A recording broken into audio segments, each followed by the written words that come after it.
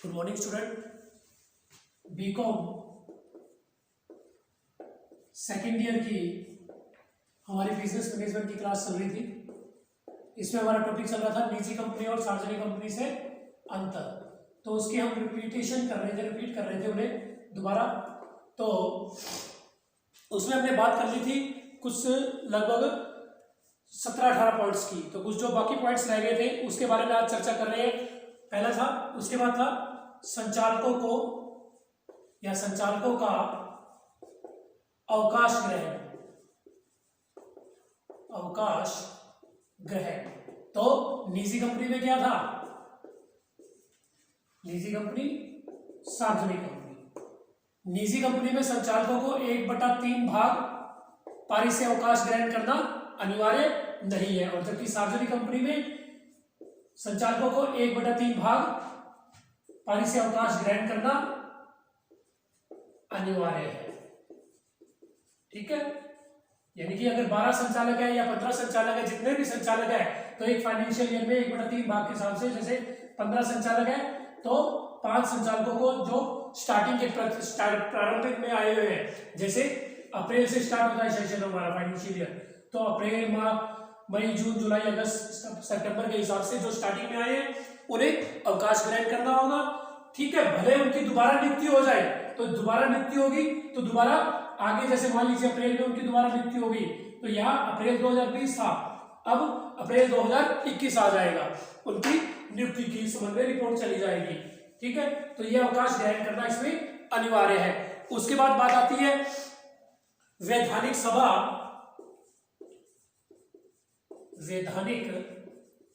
सभा एवं वार्षिक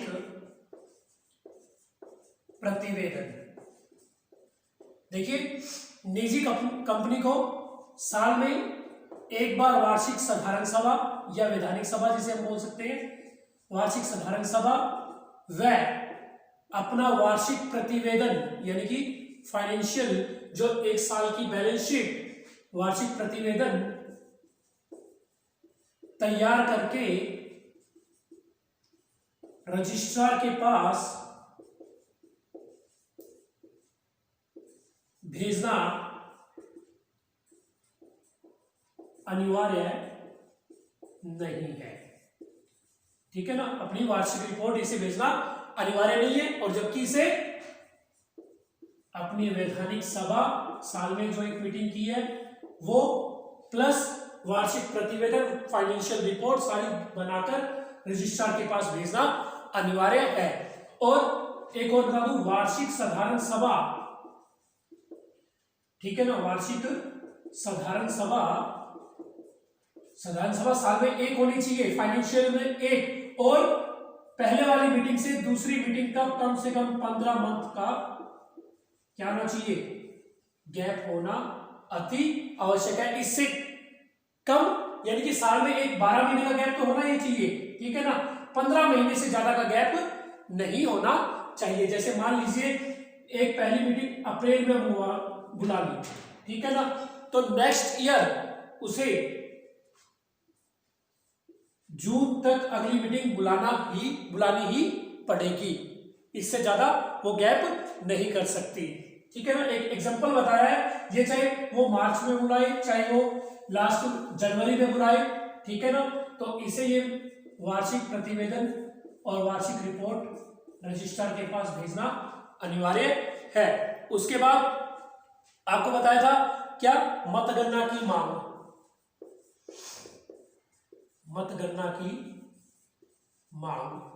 तो निजी कंपनी में जो 10% से अधिक कंपनी का मताधिकार रखते हैं, 10% से अधिक अंश जिनके पास है, वो क्या, मतगणना की मांग का अधिकार रखते हैं। ठीक है, 10% से अधिक जिनके पास शेयर्स है, या कंपनी का वो हिस्सा उनके पास है इश्यूड कैपिटल का। ठीक है, और सार्वजनिक कंपनी में 10% से अधिक, देखिए इसमें 10% तो न्यूनतम पूंजी कितनी है, 1 लाख का 10%, इसमें न्यूनतम पूंजी है 5 लाख, लेकिन उसका नहीं है, ये है इश्यूड कैपिटल का। किसका? इश्यूड कैपिटल, जो कंपनी ने शेयर्स इशू किए हैं उसका 10% से अधिक जो मताधिकार रखते हैं वही व्यक्ति मतगणना की मांग कर सकते हैं। और इसमें इशू कैपिटल का जो 10% से अधिक मताधिकार रखते हैं या जिनके पास 5 लाख रुपए तक के क्या है कंपनी की इशू कैपिटल के शेयर्स है वह व्यक्ति भी मतगणना की या मताधिकार की मांग कर सकता है। उसके बाद समान समूह की कंपनियों में ऋण या विनियोग, ठीक है। तो निजी कंपनी अपने बराबर के जो भी कंपनियां हैं उनमें क्या कर सकती है, बराबर के समूह की कंपनियों में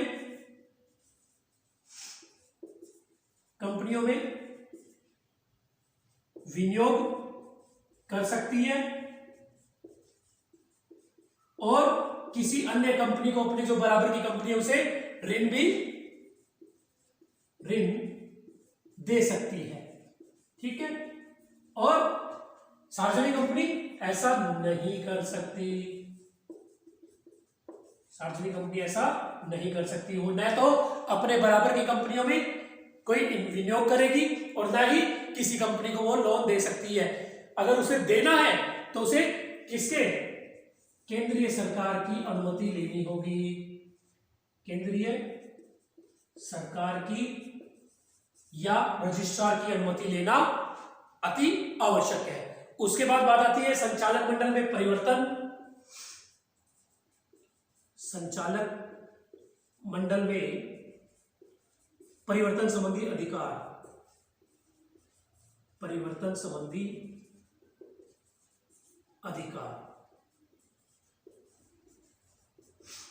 तो निजी कंपनी के संचालक मंडल में परिवर्तन करने का से संबंधित या कोई प्रलेख में परिवर्तन करने से संबंधित या कोई अन्य प्रकार के परिवर्तन करने से संबंधित केंद्रीय सरकार का अधिकार नहीं है, केंद्रीय सरकार का अधिकार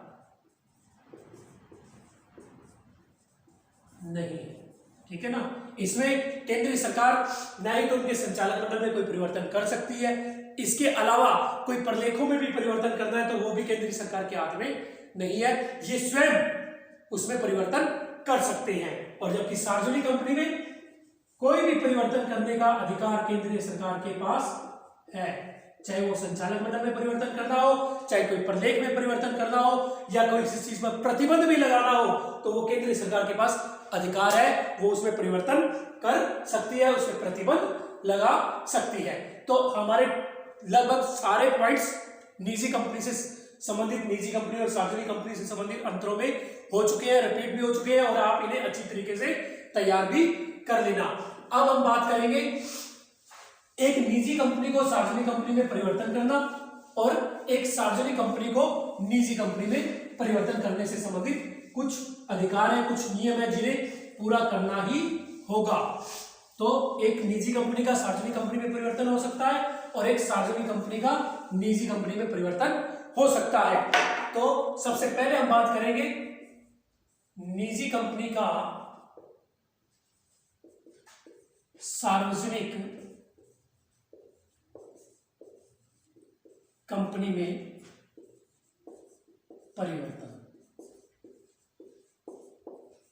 ठीक है। तो जो हमने अंतर किए ना उसी से संबंधित है, यानी कि जो पहले आप पर निजी कंपनी के राइट्स थे अब आप पर किस कंपनी के राइट्स होंगे, सार्वजनिक कंपनी के, ठीक है ना। तो इसके लिए सबसे पहले आपको क्या करना होगा, सबसे पहले तो अपनी संचालक मंडल की सभा बुलाना, सभा बुलाना व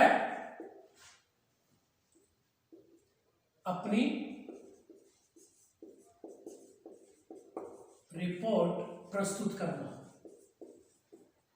ठीक है। क्या करने होंगे कि मीटिंग बुलाई जाएगी और उसमें यह रिपोर्ट रखी जाएगी, ये बात रखी जाएगी कि हमारी निजी कंपनी को सार्वजनिक कंपनी में परिवर्तित किया जाए या नहीं। और इसके लिए करने के लिए हमने क्या अपने प्रलेख प्रस्तुत करने होंगे, रिपोर्ट, यानी कि साथ में हम ये भी लिख सकते हैं प्रलेख प्रस्तुत करना। और प्रलेख से ही पता लगेगा कि पहले हमारी पूंजी 1 लाख थी और 1 लाख से हम 4,99,999 रुपए 99 पैसे तक निजी कंपनी में रहते थे, लेकिन अब हमारी पूंजी लगभग 5 से 10 लाख के बीच में हो रही है। हमारी टर्नओवर, हमारी इश्यूड कैपिटल इतनी हो रही है या हमारी ऑथराइज्ड कैपिटल इतनी रह रही है। तो हमें अब अपनी कंपनी को किसमें परिवर्तित करना चाहिए? सार्वजनिक कंपनी में परिवर्तन करने के लिए ये मीटिंग बुलाई जाएगी, उसमें रिपोर्ट प्रस्तुत की जाएगी और संचालक की मंडल्स की क्या ली जाएगी? सहायता लेकर उनसे आज्ञा ली जाती है। उसके बाद उसके लिए हमें नियम क्या करने होंगे? सबसे पहले प्रलेख प्रस्तुत करना होगा। प्रलेख प्रस्तुत करने होंगे किसके आगे? रजिस्ट्रार के पास। उन्हें एक एप्लीकेशन दी जाएगी और उस प्रलेख में ये सारी डिटेल्स दी जाएगी कि हमारी पहले निजी कंपनी थी, हम उसे सार्वजनिक कंपनी में परिवर्तित करना चाहते हैं, यानी कि एक एप्लीकेशन जिसे हम बोलते हैं, और हम अपनी पूंजी को अब इतना दिखाएंगे। तो उसके लिए पूंजी में वृद्धि और साथ साथ सदस्यों की संख्या में वृद्धि करनी होगी या नहीं करनी होगी? सदस्यों की संख्या में करनी पड़ेगी, क्योंकि निजी कंपनी में सदस्य संख्या 2 थी मिनिमम, अब सदस्य संख्या 7 करनी होगी और साथ साथ पार्षद सीमा नियम जो कंपनी रजिस्ट्रार के द्वारा बनाए जाते हैं, पार्षद सीमा नियम के अनुसार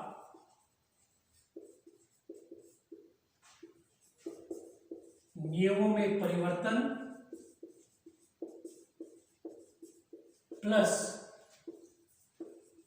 या हम ये कह सकते हैं और हस्ताक्षर, कम से कम 7 व्यक्तियों के हस्ताक्षर इस पर किए जाएंगे। और साथ साथ एक फॉर्म है INC 27, ये परिवर्तन से संबंधित है। ये भरकर रजिस्ट्रार के समक्ष पेश होना होगा कि हमारी कंपनी ने सारे नियमों की पालना कर ली है और हम अब आपके पास ये फॉर्म नंबर भरकर इतना भरकर और उसकी जो भी उचित फीस है वो भी जमा करवानी होगी। उसके बाद क्या होगा? रजिस्ट्रार द्वारा निरीक्षण टीम गठित करके, देखिए इनमें हम परिवर्तन कर सकते हैं। ये आपको एज इट इज ऐसे के ऐसे किताब में नहीं मिलेंगे, लेकिन बातें यही है, ठीक है ना, क्योंकि इसमें कोई ज्यादा खास नियम नहीं है। ये तो ये बताएगा कि निजी कंपनी को सार्वजनिक कंपनी में परिवर्तन करना है तो क्या क्या नियम करने होंगे। अगर एक्चुअल नियम लेने हैं तो हम एक्चुअल नियम की बात भी कर सकते हैं, तो बात उन्हीं की है। ये सिर्फ वो 2 नंबर का क्वेश्चन आता है ज्यादातर कि निजी कंपनी को सार्वजनिक कंपनी में परिवर्तन करने से संबंधित कुछ बातें हैं, तो नियम है वो बताइए। तो यही नियम, सदस्यों की संख्या में वृद्धि करनी होगी, प्रलेख रजिस्ट्रार के पास प्रस्तुत करने होंगे, फॉर्म INC 27 भरकर रजिस्ट्रार के समक्ष पेश होना होगा और रजिस्ट्रार द्वारा निरीक्षण टीम गठित करके कंपनी के प्रलेखों की जांच करवाई जाएगी। ठीक है, जांच करवाने के बाद फिर आगे क्या होगा? हमें व्यापार प्रारंभ करने का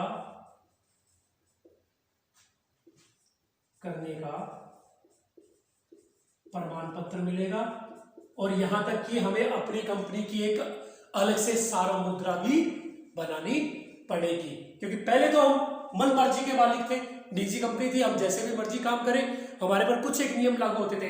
और यहां तक कि अब हमें साथ साथ अंतर नियमों को भी बनाना पड़ेगा, कार्यवाहक संख्या में भी बढ़ोतरी करनी पड़ेगी, यानी कि एज इट इज जो सार्वजनिक कंपनी के रूल्स हैं उन्हें फॉलो करना पड़ेगा। और ये सब तब करना पड़ेगा, उससे पहले हमें क्या करना होगा? ये सारी प्रक्रिया करनी होगी। और क्या? नाम में परिवर्तन, नाम में परिवर्तन। पहले हम कंपनी के नाम में अंत में क्या लगाते थे? नाम के साथ प्राइवेट शब्द लगाते थे। अब नाम के साथ हमें अंत में लिमिटेड शब्द का प्रयोग करना पड़ेगा। तो ये सब प्रक्रिया हमें करनी होगी। आज हम इतना ही करेंगे। निजी कंपनी को सार्वजनिक कंपनी में परिवर्तन किया। कल हम एक सार्वजनिक कंपनी को निजी कंपनी में कैसे परिवर्तित किया जाता है उसके बारे में चर्चा करेंगे। Okay, thank you.